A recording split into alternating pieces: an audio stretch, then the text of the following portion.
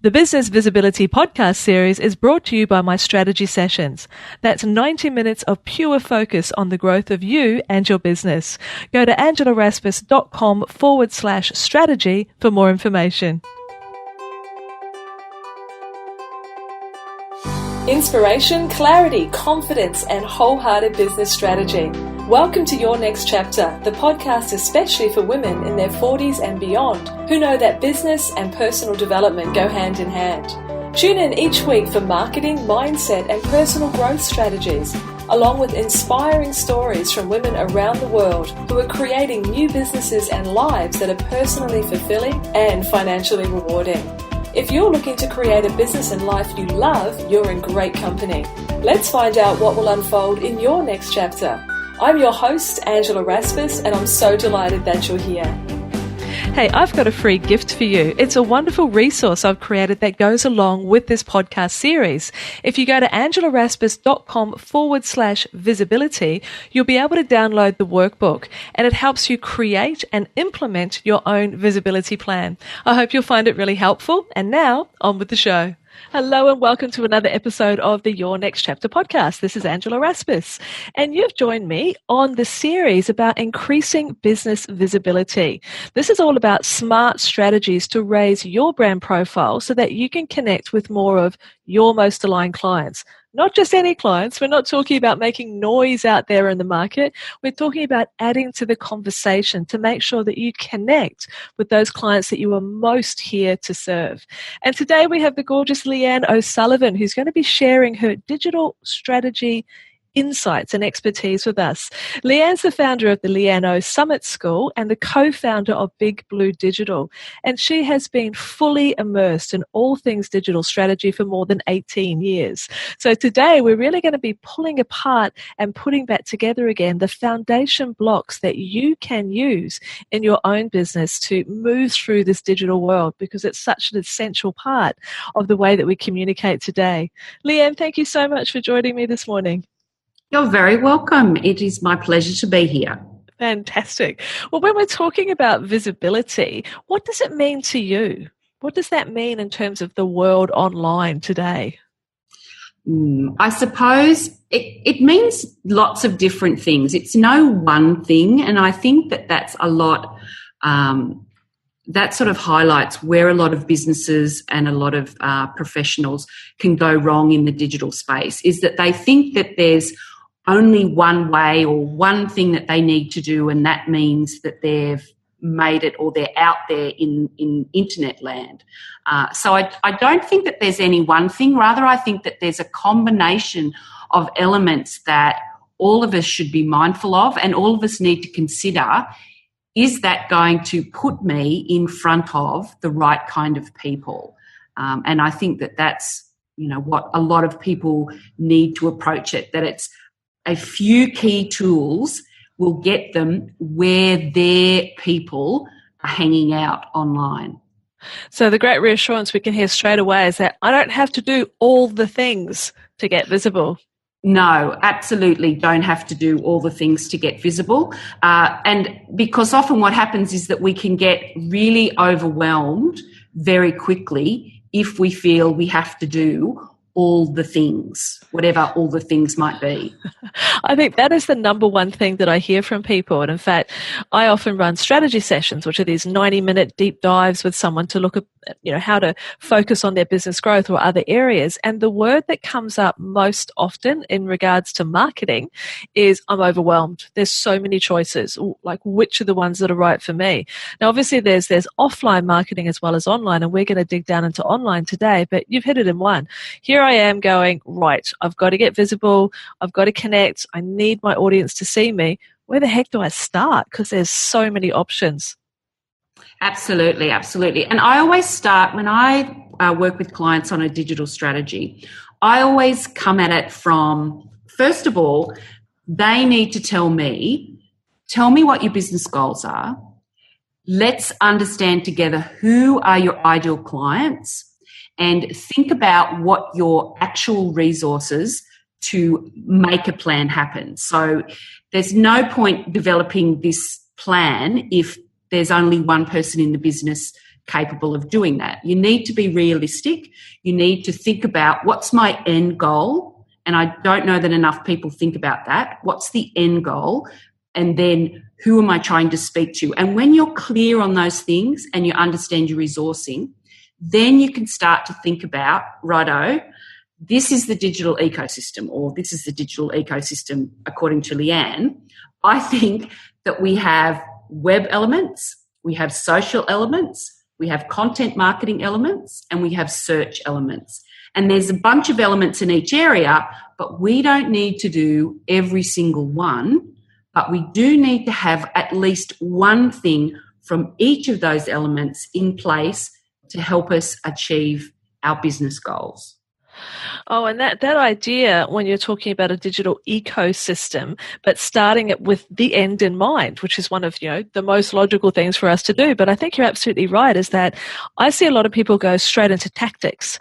So it's like, I'll post on Facebook, or I'll stick up a picture on Instagram, or and they're thinking very tactically as opposed to coming back up to the top of what I would call a cascade plan and getting really clear. So example with my business model, mine's a very intimate business model. I don't need hundreds and thousands of people to make my business work. So the strategies that I would use digitally would be very different from somebody who has more like a scale model where they're running, say, online programs and need lots of people for that smaller conversion rate. So we've got to get really clear there, don't we? Absolutely. And unless you start there, whatever you're going to do tactically anyway, I think that's why things tend to fail, and why people, can feel burnt out or overwhelmed with what they need to do and underwhelmed with the results that they're getting, because we get sold a lot about tactics, but we're not prompted enough to go back and think, what do I want to have happen? And then these are the steps that I'm going to put in place to help me make that thing happen. So getting really clear on the result. So from when you're talking digital strategy, I guess there's a couple of different layers to it. There is, what do I want for my business as a whole? And then there is within there specific activities, or specific goals. So for example, what do I want for my business as a whole as a business mentor? And it's running masterminds and it's running retreats, et cetera, et cetera. But so that will be an overarching approach. Exactly. And then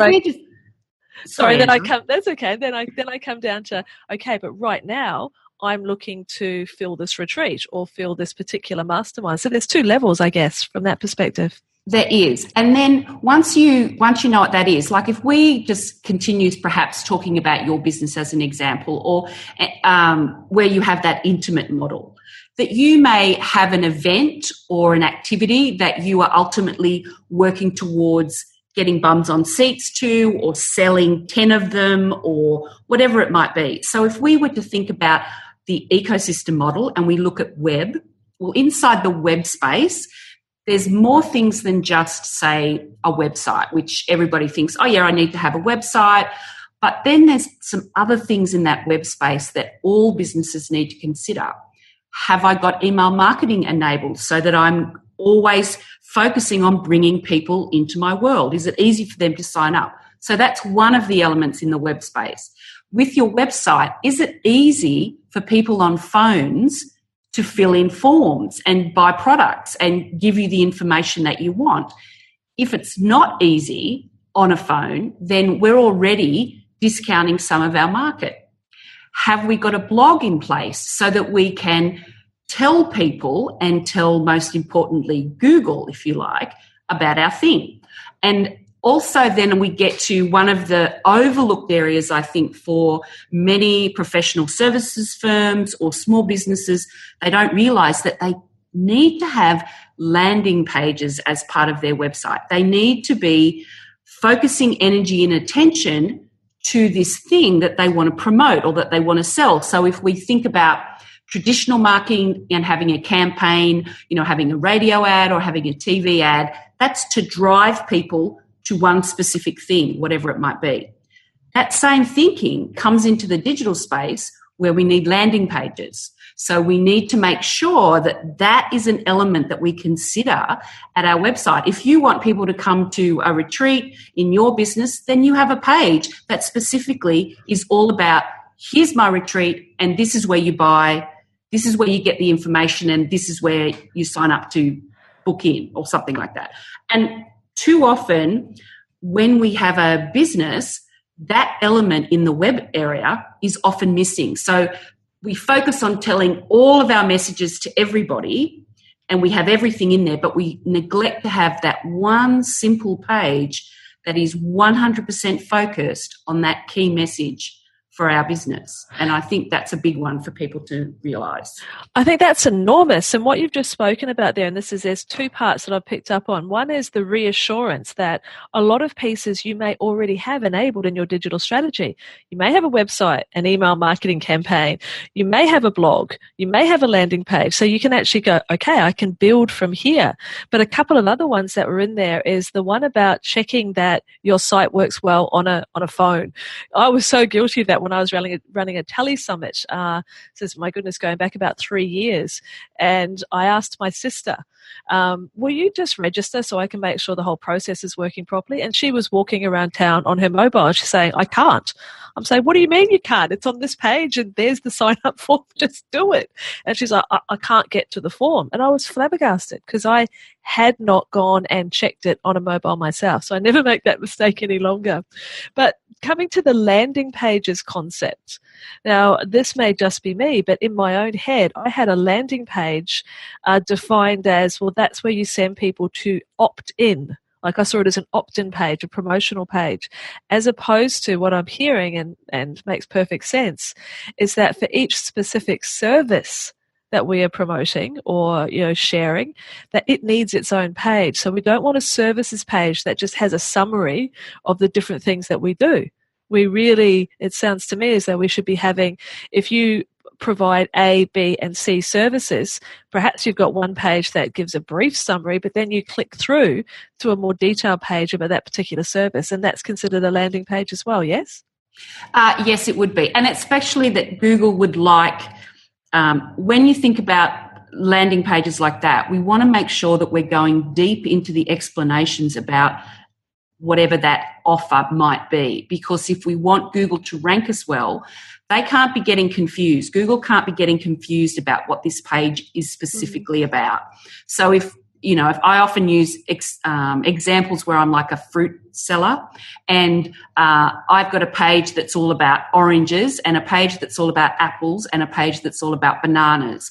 If I just had a page that was about fruit, then I'm not going to necessarily rank as well on my fruit page for bananas as I will on my banana page that's all about bananas. If you get what I'm trying to say there about how Google works. Our landing pages help us focus our energy into explaining what it is we want people to do and we want them to understand about our offer so that when they land there, they're very clear on it. It also sends cues to Google. This page is all about what we are on about. And a true landing page then doesn't have navigational points all over the place that can distract people from what we want them to do, because it leads into something that I'll be talking about in the third section about content marketing. It also is designed to lead people to start a customer journey with them that lets them come along on a trip with us to the end point, which is buy my thing, sign up to my program, or whatever it might be, or buy that bunch of bananas because we're on the banana page and really there's nothing else to do here but understand about bananas. Just come here and buy my bananas. So we're going to go into the content strategy, as you said, in number 3. But I just want to delineate a point here or go a little deeper if I may. So if you've come to, say, the banana page, are we suggesting that as a part of beginning that client customer journey, the first thing might be, here's some more information about bananas. If you want to click here, you can get a banana chart. So the concept of bringing in an opt-in as a part of the journey on that page, or is that No, absolutely. That's exactly what I would recommend, so that you have an opt-in to get, the banana recipes. You might have some testimonials on that page of people that have bought your bananas and think that they are just the best bananas everywhere and they make the best banana bread. But you want people to think, and that you also have Australia's #1 bananas. You might have some cues there. You might have the Australian Banana Growers Association badge. You might have, monkeys of the world love your bananas. There might be some groups that you belong to. So you're giving out social proof. I know it sounds ridiculous, but I love it. It's really making it clear. But it's the social proof of, these are the organisations in the banana worlds that I'm a part of. These are my awards that I've won for my bananas that I've grown. Here's some testimonials from people that have eaten my bananas, and here's your thing. Download and get your free, here's your banana recipe of the world's best banana bread, whatever, so that people then are going to come with you and look to receive whatever your thing might be. It could be each week you get a new banana recipe, or it might be, interesting things you can do with your leftover banana skins or something like that. But that process, as ridiculous as it sounds when we talk about it from the perspective of it being all about bananas, is what you do, whatever your business is.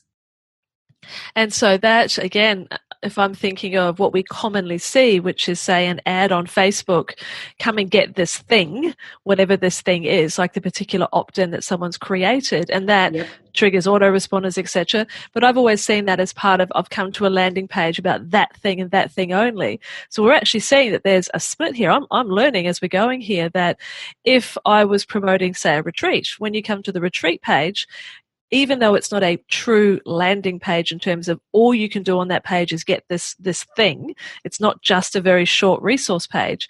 It could be all about the retreat, but to start you getting closer to considering coming on it, there would be a download that talks about, the agenda, or about something else that adds to the experience of being on a retreat before someone actually decides to fully participate. Yeah? Exactly, because you want to...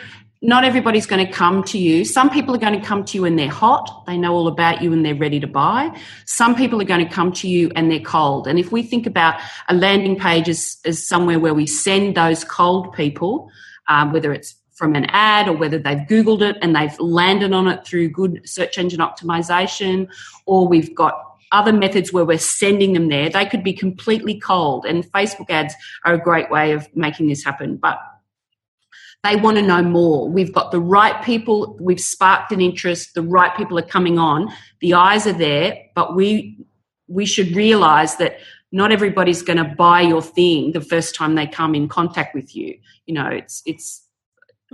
We need wooing. We need some enticement to go, I can buy bananas anywhere. Why will I buy your bananas? Absolutely. No, it's great. Just that recognition, because I, for example, have got probably 6 or 7 different opt-ins throughout my website, but none of them are specific on a services page. So there is a significant learning that I've made. So I have no doubt that with you listening to this right now, my lovely listener, this is something that you can have a look at on your own website as well, just to really strengthen that web component of your digital ecosystem. A small tweak and it can make a big difference. That's brilliant. Thank you. So now I guess the next stage is social. Absolutely. So this is one of my favourite parts of the ecosystem. And I also think inside here, so inside social, we have all of our social elements, Facebook and Instagram, LinkedIn, Twitter, not Pinterest. Pinterest is more of a search engine. So, really it's the big 4 inside there, with some other things like Facebook groups maybe, or if you've got a really young demographic, maybe Snapchat, but I don't know. But essentially the social sphere is where we are connecting the dots, if you like, building community and building brand recognition for us. So it's a really powerful part of our digital strategy when it's done well. And I think it's also the area where a lot of people could get a bit bandwagony and get confused thinking that this is the latest thing and I need to be here, rather than thinking, hang on a sec, when I think about who I'm trying to attract, where do they play? Where is the area that they like to hang out? And that is where you have to hang out. So one of the things that I see business owners struggle with here and maybe not do as well as they could is because if they personally don't like a channel, I hate Instagram, that's just all about coffee photos and food, but their ideal client plays in Instagram, then they're missing a massive opportunity. So it's never about us social. It's always about you looking to make connections and grow your visibility footprint in the channel that your ideal customers play in. It's never about us. That part is so true. You know, even if you think about social at its most basic sense, when you're having a conversation with someone, we love the people that are talking about us, not about themselves. So that makes perfect sense when you're moving out into the social sphere. So how is there some sort of and I know this is a little bit of a how long's a piece of string, but is there a bit of a demographic snapshot for who's on what different social platforms? Is that something we can find? You can, if you were to sort of ask Google and say, what's the demographic breakdown of social channels? Actually, in the Australian marketplace, there's a fantastic resource is the census report. And each year I download that and I devour it cover to cover. It is an excellent snapshot of the Australian social media landscape in terms of what channels we use, why we use them, where we use them. It also splits it into personal and business. So there's a lot of different areas for us to consider, and it has a snapshot overview of where people are. So I would recommend that people download that. And even if you're not listening based in Australia, Australia is often a great marketplace. A lot of overseas companies like to test things out in the Australian marketplace because we are a really good arbiter of what might happen in, say, the US or in the UK, where they have larger Western populations. So the numbers in the Australian one are a good place to start. But having said all of that, this is the demographic that I see and that I see from reading widely and just understanding the space. Lots of people have Facebook accounts, but the way that we use Facebook has changed quite a bit. So young people are still using Facebook, but not the Facebook feed. They use Messenger. So that is a big thing to understand, that if you've got a younger demographic, they're probably not as active in Facebook anymore, but they will have a Facebook Messenger account. So that's something to bear in mind if you were thinking, you know, would I start to use Messenger marketing? Would I advertise inside there? Would I be having some Messenger bots? Because young people still use Facebook, but in Messenger.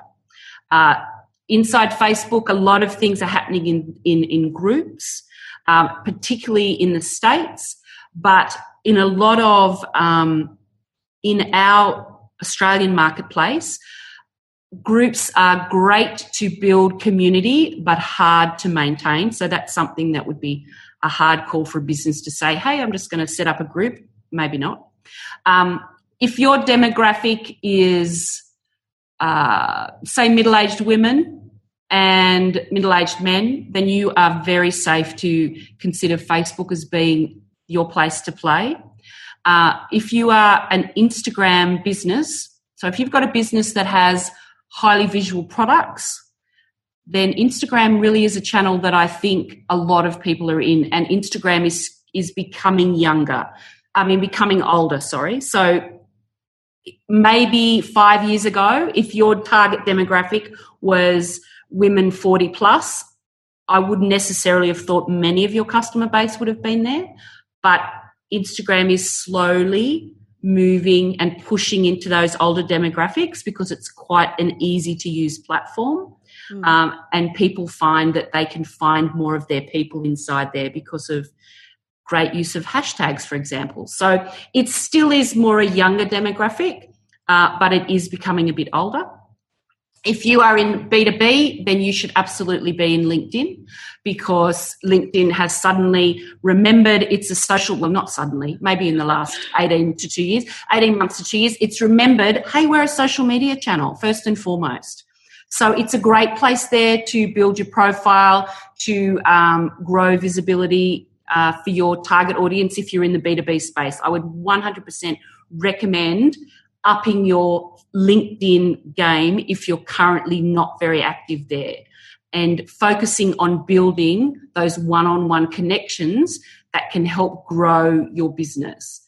I think it's incredibly powerful if you are in the business-to-business space, and it's not being used to its best just yet. It's changed quite a bit, and I myself am really loving the conversations and things that are happening over in LinkedIn, and it's driving traffic back to my website. So with all of these things, and this is the thing about social media and why I say it can be a bit bandwagony, it can be a bit about look at me kind of thing. People can get caught up on likes and followers when in actual fact it's, am I getting the outcomes out of these channels that I want? And understanding, well, what are the outcomes that I want? Do I want traffic to my website? Do I want brand visibility? Do I want to grow my digital footprint? You can do all those things if you focus on building community. If you're just about growing numbers, if you think that that's a benchmark, then you're not going to be achieving your objectives, because you're just going to think, well, what's the point of having 10,000 people follow me if I don't get any sales from those 10,000 people? So part of this, and it comes back to that original concept about deciding what your objectives are, then one of the measurements, it tends to be, speaking on behalf of my audience, I guess, with social media, is it's the engagement is one of the key measurements. Are people actually engaging with what it is that I am doing on those platforms? And I know that when, again, talking personally, when you were talking about groups as being a great way to build community, but a bit hard to maintain, that was certainly my experience. I loved the fact that I was bringing people together in a community, the Next Chapter Facebook community, but maintaining that was really, really hard work, and which is why I let go of that. So how do we either increase or bolster engagement, or how do we look at a different measurement as to what it is that's working? So one of the things that I do is, because I really believe that engagement inside social media is the key to success there, that we should be spending our time talking to others rather than going into each channel per se and posting something. So I'm a big fan of scheduling social media. And I use a scheduling tool to do that. And I will schedule my posts, and I'll schedule articles that I'm coming across, or I schedule my own content, so blog posts that I've done. And the reason that I do that is because it's very important to me that my precious time in social media is spent talking to other people and not just posting my own information. If we want to create communities and bolster engagement, we have to first engage with other people. And if we're so busy posting in each of the channels individually, I find that I don't have the time. Now, I know a lot of people say I get better engagement when I post natively, and I'm not necessarily here to argue with that point. I just say that for me, I find that I get better engagement in my stuff when I've taken the time to engage with other people's stuff, if you like. It's about having conversations with others. And that's how we get seen by other people. I think one of the biggest examples of that is, Instagram and LinkedIn, in the way that they work. You get more visibility when you are commenting and engaging with other people on their feeds. So I think about accounts in Instagram that I would like to work with or I admire. I go onto their feed and I engage with their content, and then other people see me talking to that person. The same thing happens over in LinkedIn. When you comment on other people's information, you show that you care about them and their opinion and their industry and their space. And by doing all of that, people get to see you and get to see that you know, that you're a thought leader, or that you have knowledge in this area, or you're just an interesting person and they want to get to know you. And that's how when we teach our kids in the playground to make friends is that you have to go up to other people and talk to them. You can't just sit on the step pushing out stuff expecting that people come and speak to you. And I think that's one of the biggest things with visibility and why it's so powerful in social, to go and talk to others, to not just expect that people are going to come and chat to you, but for you to be visible elsewhere and chat to others. That will then start bringing them into your world. I'm a big believer in that. I think this is a real turnaround point. This is a real breakthrough point in understanding this concept of sociability on social media. I had pulled back from using scheduling tools for a lot of different reasons, but if we break our social media part of our digital ecosystem into two parts, one part is which to share things that reinforce your positioning, your beliefs, the things you stand for, the things that are important, so that you've got some brand visibility. There's one half, absolutely, and there is congruence and consistency in what it is that you're posting and talking about, but then the other whole half of actually going in completely separately to your stuff and having those conversations. And I think, or again, I can only speak from my own perspective or what I've seen my clients get stuck in, is that idea of social media is all about what am I going to post today? And it's absolutely not. It's not just that. I think you've just turned that on the head, the idea of using a scheduling tool so that you free up your time to be social. That's just a brilliant way of looking at it. And I just, because people you're exactly right. When people say, what will I post today? Oh, I'm so busy posting stuff. Then it becomes all about what will I post rather than the conversations that you need to have if you genuinely want to grow your footprint and build relationships. And it's about the building of the relationships. And you're not going to get that from just posting, memes or quotes or cat videos. I mean, I know people don't do that, but I think people understand it when you use those analogies, that it is more than just doing that. It's the other side of it that we forget. No, absolutely. So what would you, before we move on to the next step, what would you recommend as a scheduling tool for people to have a look at? I am a fan of a few, and they depend on your budget and your platform. Mm-hmm. So, couple ones that I like because they are multi-platform are SmarterQ. I like SmarterQ. I like RecurPost. My one that I use is Sendable, which is probably more an agency tool, but I love Sendable. The other ones that I also like to use are some Instagram specific ones. I love the Australian product Plan that. They are doing amazing things with Instagram and regularly flying over to San Francisco, but they are a great Australian-based product, so giving them a bit of a plug, Plan that. I also have used Later and Planoli and Instagram. I love Tailwind for Pinterest in terms of scheduling stuff. Pinterest isn't really a social channel. You don't really talk to people inside there, but they're the scheduling tools that I use. And I especially love the scheduling tools that let you re-queue your content. And here's a big thing that you see all the big players use, and I don't think enough small business realises that you can, is that often, and this leads into the next point about content marketing, is when we've shared something that we've written, a blog post, and we've shared it on our social channels, often we forget, like we've done it and that's it, we've moved on, and we never repost that old stuff ever again. And a good scheduling tool will let you re-queue your content so that, those blog posts that you wrote 2 years ago, they can come back into your feeds, because if you've got a cycle of reviewing your content, which I'll talk about in a moment in content marketing, then your content is still up to date and relevant. And what was good 12 months ago could still be just as good today. And why not let some of your newer audience know about it? And if we don't schedule it on autopilot, we're going to forget. And we're going to then always be feeling like, I've got to post something. Well, I know I have stuff that gets posted automatically that's reposting some of my old blog content, and I constantly get new readers and new people coming into my world and signing up to my email list because I am reposting old content, and that just happens all by itself. Automatically. In fact, I got caught by one of your posts that was from early 2016 about Google Analytics.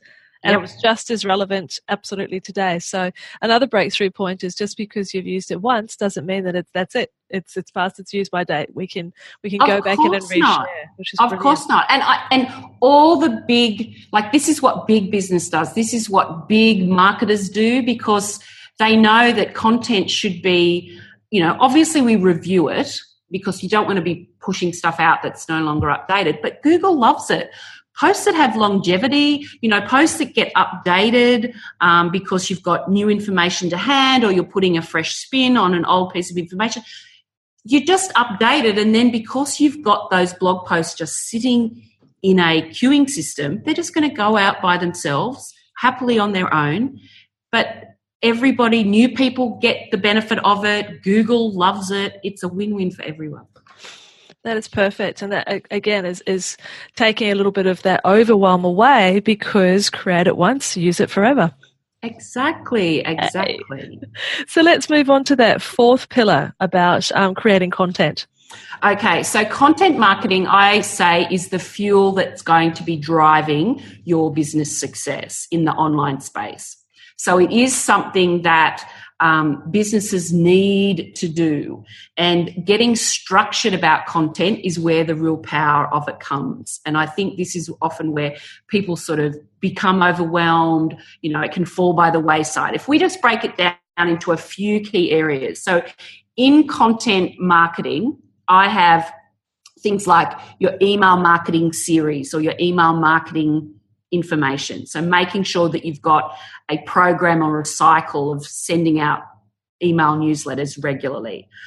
Your blogging cycle, that you have a plan in place for what you're going to blog about. And if you're smart, your blogging should cycle through what your products and services are. If you've got seasons, you should blog that is in sync with the seasons. If you are a business, a professional service, you obviously have a series of service offerings that you put out into the marketplace. You should be creating blogs that reflect all of those services and schedule them out over the year. You should be thinking about, what are the pain points for my customers, write down a list of those, and then create some blog content around those pain points. So blogging is really, really critical. Email newsletters and getting into a good email marketing cycle is so important. But then there's some other things that people can do in the content space to sort of like mix it up and bring more people into your world. Things like making sure that the photography you have on your website is a true reflection of both your business and the kind of audience that you want to attract. So do people see themselves in the imagery on your website? All of that is content marketing. We need to think about, what are some of the other tools that we can use to bring people into our business, like webinars, like white papers, like things that they can download that add value to them as a person or as a business, rather than this is just another downloady thing that I'm going to get. We have to be thinking all the time in content marketing, what is the pain point of my customer? What do I do that helps them fix that problem? And everything then that we might put together has that customer in mind all the time. So that, if you think like that, then you should have loads of stuff that you can create and share and give to them if we're thinking about our customer first.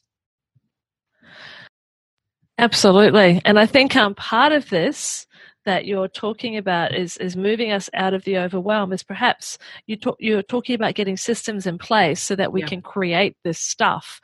So rather than create off the cuff, to actually sit down again and look at, what is it that I need to achieve? What does my schedule look like? What is reasonable? Because if we set our goals too big, that's when we can get the overwhelm and the feeling of, I'm not making progress. I'm pushing the proverbial up the hill, so to speak. So would it be a good idea to start with sitting down and doing a bit of analysis about what do we already have, and with what we already have in terms of our own signature systems, the way in which we work, the services that we have now, what can we pull from that and then schedule forward? Exactly. You know, often people think I have nothing to say. And when I work with clients one-on-one, you know, and we go through that exact process and I bring them back to what their business, why they set up their business in the first place. And if we say, righto, let's just go back to those basics, look at what you've already got, and then tell me some of the questions clients ask you, and then you just write them all down. You can very easily, in a quick 1 hour session, come up with like 20 blog topics, for example.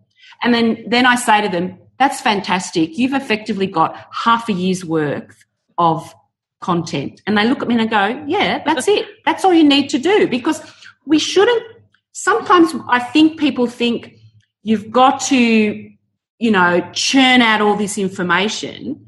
But you don't need to churn out all this information. If we're focusing on how can I help my customers, sit down in a quick session, write down 20 things and go, okay, now I'm going to, exactly as you said, I'm going to be realistic about when I can write these things and then schedule them into my system. And then that's going to be my cycle. And, you know, 20 blog topics, that's half a year's, maybe more, worth of blog topics. And I think it's a big one, that idea of what's realistic and reasonable. For example, when I started this podcast, I was committed to podcasting every single week. I was going to do it like clockwork. And then I realized that actually was not realistic. And so I was podcasting fortnightly. And then sometimes life throws things in the like, it can really throw you some curveballs, to say the least. And so at the moment, I've moved to a series focus, as in, boom, for this period of time, we'll be podcasting about a particular thing. Then there'll be a short break. Then we'll be back for another one. So although the consistency of content is there in terms of there's, well, by now, almost 90 episodes on the podcast, but I had to get realistic about what was possible for me at the moment.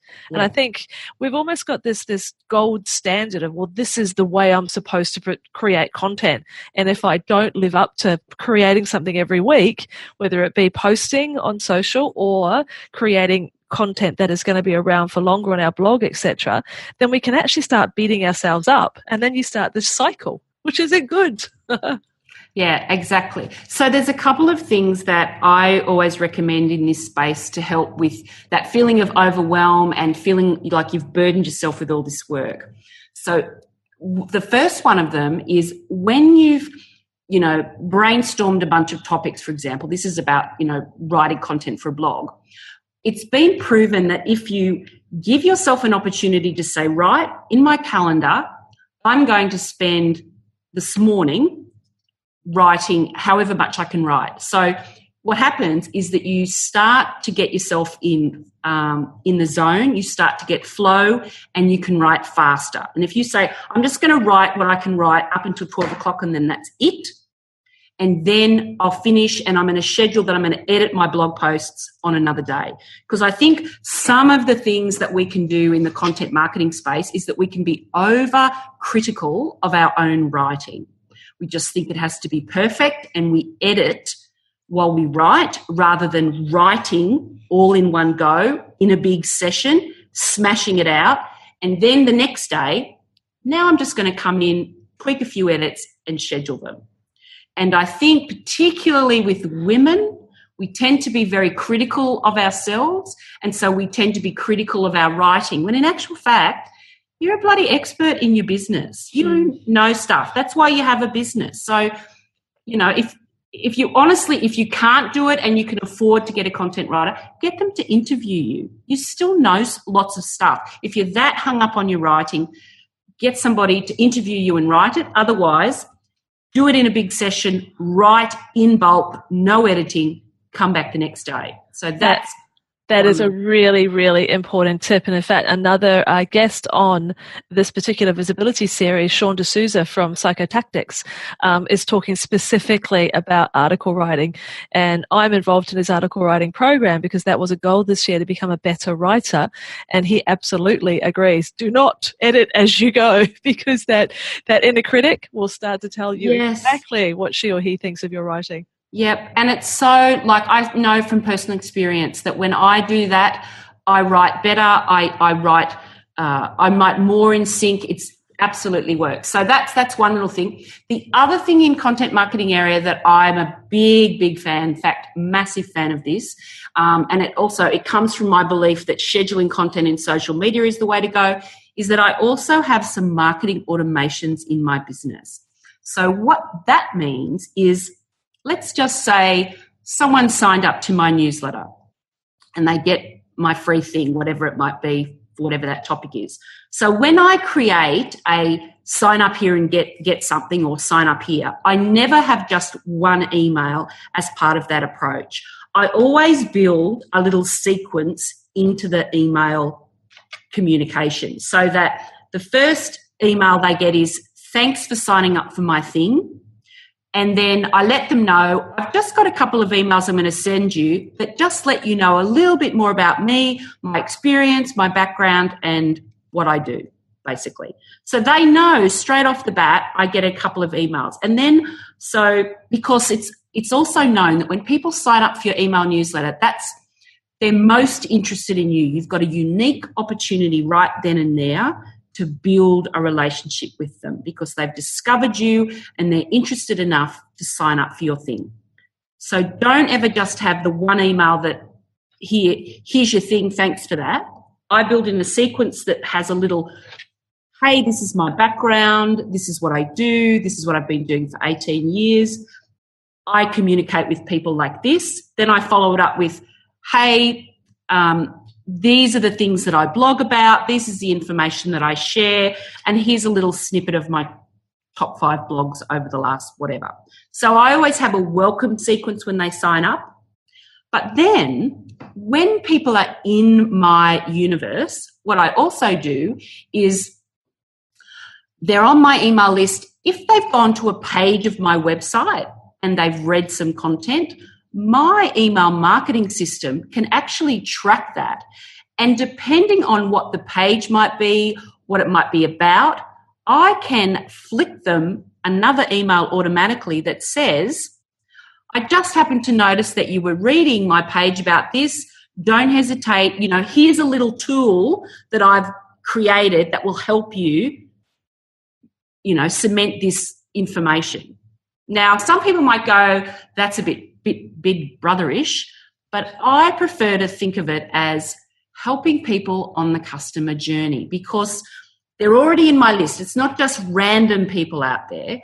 Software programs like ActiveCampaign, like Campaign Monitor, like Drip, like my program Autopilot, which is another Australian tool, they allow us to track how our people on our list are moving throughout our website. What are the things that they are interacting with?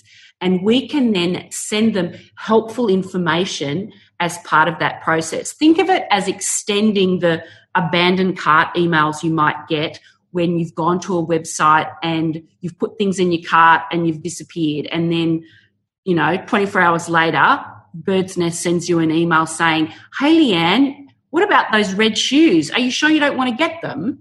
And, of course, I buy my red shoes. I think that concept of, there may be an initial response of, oh, that's a bit weird, like someone's tracking me, versus we need to flip that on its head, because that idea, which I've just underlined 3 times here, is help, help, help. It's our job to help. People are actively searching for solutions to the problems they perceive they have. They're actively looking to close gaps. They're now, as you said, they're in my universe now. They're perceiving me as someone that has the potential to help them solve this particular problem or reach this aspiration. If you then come in with something additional, unexpected in terms of them, we've obviously planned to take care of people in this way. But doesn't that just simply deepen their perception of you as being an expert in this area who can help them further? So it's a really positive thing. Exactly. Think of it more like surprise and delight. Yep. Because that's what it's about. And I know if I'm thinking, well, if they're on this page that might be talking about, like in my business, it might be talking about Facebook retargeting or audiences. And because they're already in my list, I know they're reading that information, and I can set up a trigger that says, if you land on this page, 24 hours later, I could send you out my little, audience building tips, that helps them digest what they've read and takes it a step further. It's exactly that. It's about deepening that relationship. And these kinds of things do take time to set up. But once they're done because you've thought about, how am I helping my customer? What is something that they could get benefit from if they've read this? How can I help them in the next stage? What more can I do that I can just set up and it can just happen all by itself? Absolutely. And a little asterisk here to you, my lovely listener. Don't allow yourself to go into overwhelm here. Think about the development of your ecosystem as being in horizon. So you may be in horizon 1 right now, which is a case of just getting your blog up to scratch. There may be somebody else listening. You may be in horizon 3, which is, yes, I've got all my autoresponders in place. Now I'm actually going to start these triggers as well that are triggered when people hit certain pages. So it depends on where you are at. Leanne and I have been very prescriptive so far in terms of be very aware of what your resources, what are your realistic expectations at the moment. I'm excited about this one because I've got active campaign. So there's more that I can do past what I've got in place at the moment. But don't stretch yourself too far. We don't want to slap you. We just want to stretch you to growing basically at this stage, wherever you are in your business. That's right, because the worst thing that can happen is when people get overwhelmed or they think they have to do all these things, they end up doing nothing. And doing nothing is not what you want. It's better to start small because nobody determines your schedule but you. There's nobody out there saying, these are the digital marketing rules that say you must do this. I mean, lots of people say that. But in reality, it's your business. It's your rules. It's your way forward. You don't need to arbitrarily put too much pressure on yourself and end up doing absolutely zero. Nothing. Absolutely. I totally agree. And I must have said, if I've said it once, I've said it 100,000 times. This is an evolution. It's not a revolution. You know, we're building sustainable businesses that are going to be with us through our next chapter. And that does not mean that you should burn it all out right now. So we're looking for the small changes, the small steps forward. As long as they're forward, it's all good. Okay, so some great ideas there for content marketing and recognizing that it is more than just whacking out content. There's other pieces to it that can enhance and reuse and revitalize that content so we can interact with our clients in different ways, building up that trust, helping move them through that buyer's journey that's from awareness and desire to change to actually right through to I'm ready to invest, which can take time. I know in my world it takes up to on average 12 months for someone to then go from discovering me to actually joining a mastermind or booking a strategy session, and that's absolutely fine as long as I'm aware of that. Then I can nurture people through that time. So I guess we're on to the last piece, Foundation 4, which is search. Absolutely. Remember? Okay, yes, take us down this rabbit hole. Okay, so search can often be an area that people can roll their eyes up, throw their hands in the air, just go, I can't do it, it's too hard. And at first glance, often it can seem a bit tricky. But like everything, it's just something that you learn in stages and you get some baseline information and then you implement that baseline information. So a couple of things in the search area. I talk about, obviously, search engine optimization and making sure that we are sending out all the right cues to Google so that it knows how to rank and reference our page when people ask questions inside Google. We also need to understand what we mean by on-page SEO. So there's cues that we send to Google in terms of behind the scenes, as well as what do we do on the page that kind of directs people where we want them to go. And I also talk about in this section understanding online advertising like Google AdWords or Facebook advertising, and in particular, this magic that is known as remarketing. So remarketing is the area that I'd like more businesses to be 100% across, because it is a crowded marketplace in the online space. The days of being able to just post inside Facebook and have 10,000 people even see it are long, long gone. I mean, the amount of websites that get created every day, it's a huge arena. So one of the smart ways that we can get in front of the right people is to utilise remarketing tools. And remarketing is where people that visit our website might pop over to our website and see something, and we see it ourselves if we've, I don't know, been on Bird's Nest, maybe been browsing for some red shoes. And then the next thing we know, we're constantly being reminded in Facebook, on websites that we visited, we'll see those red shoes that we think about.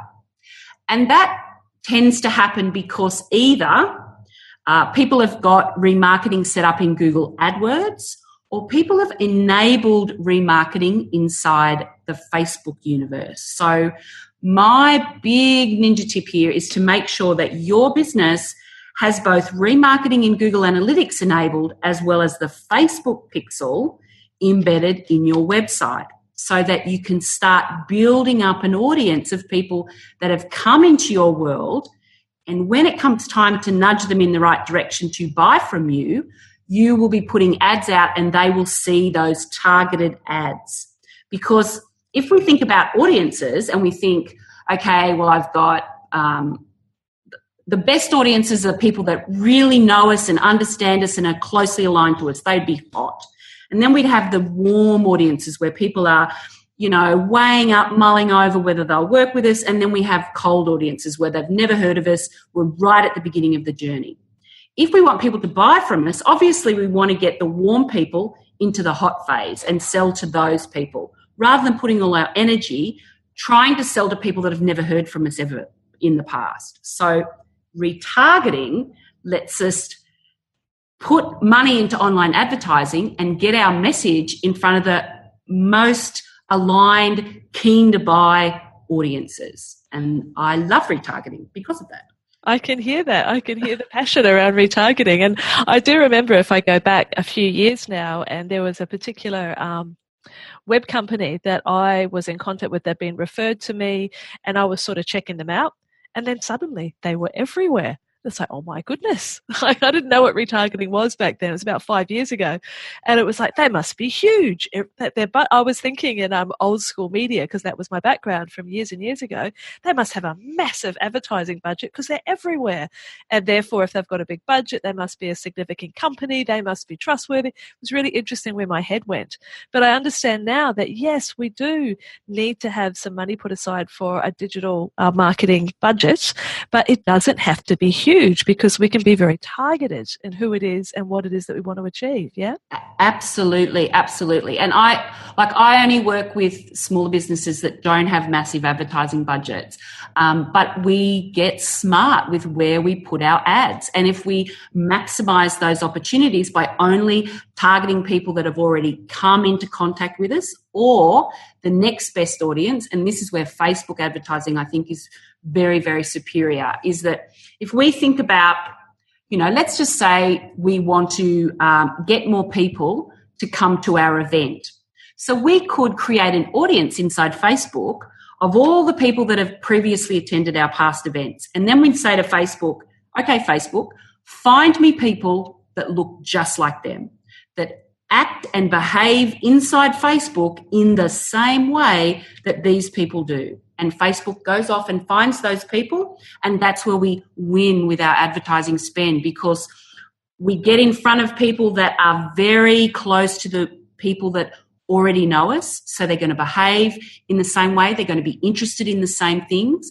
The spend for ads like that is always going to be lower. Well, I shouldn't really say always, but in like 95% of cases, we can expect that our spend, cost per click, will be lower for a lookalike audience than a completely cold audience.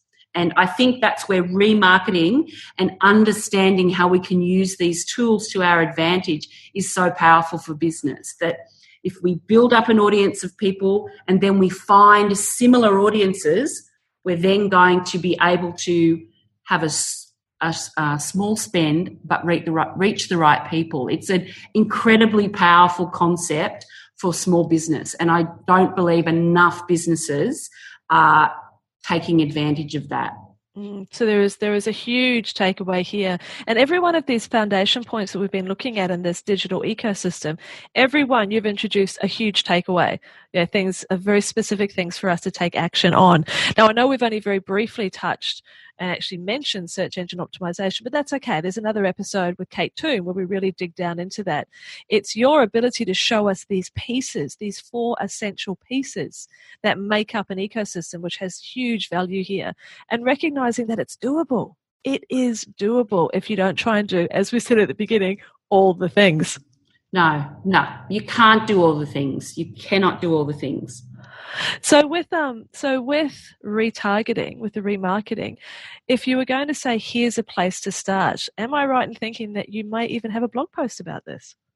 I do. I absolutely have a couple of blog posts about it, actually. One that explains what it is and how it works. Another really helpful blog post that will step you through how to embed your Facebook pixel into your website and understanding what that actually means. And then I've even got another blog post talking about audiences and lookalike audiences. Fantastic. So there's a few helpful things there with screenshots that help you actually do it yourself. I'll make sure that those links, because they'll be very long URLs to read out here, so we won't do that, but I'll make sure they go into the show notes in the links and resources part of this episode so that you can go and click on those and start to educate yourself in this particular area. Then, of course, as Leanne said, she works with solo and smaller micro businesses like yours and mine, and so she's the go-to person for the remarketing world. And who knows, you may start seeing my face pop up in your Facebook feed if you go there.